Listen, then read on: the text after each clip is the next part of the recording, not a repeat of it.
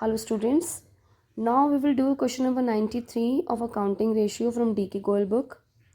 We have to calculate GP gross profit ratio from the following. Credit revenue from operations 2,40,000.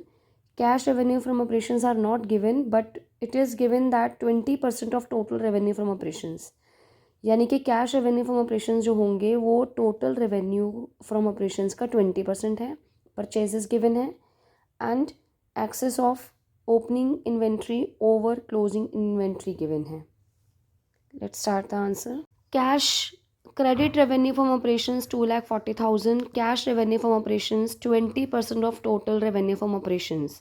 हमें cash calculate करना है तो total sales हम late कर सकते हैं 100 रुपीज़.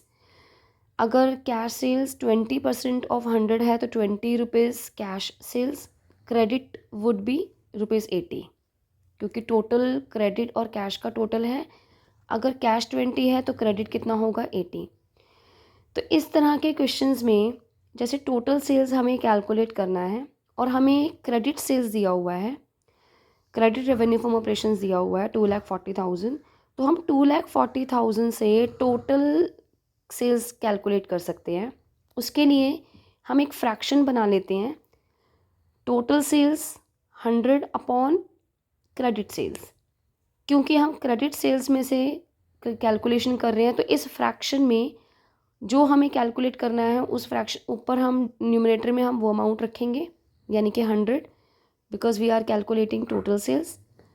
और हमें नीचे डिनोमिनेटर में हम रखेंगे 80 क्योंकि हम क्रेडिट में से कैलकुलेट कर रहे हैं तो 80 यानी कि हमें नीचे क्रेडिट अमाउंट रखना पड़ेगा. तो क्रेडिट हम रखेंगे तो इसको कैलकुलेट करने के बाद 3 लाख आपको मिल जाएंगी आपकी टोटल सेल्स. राइट.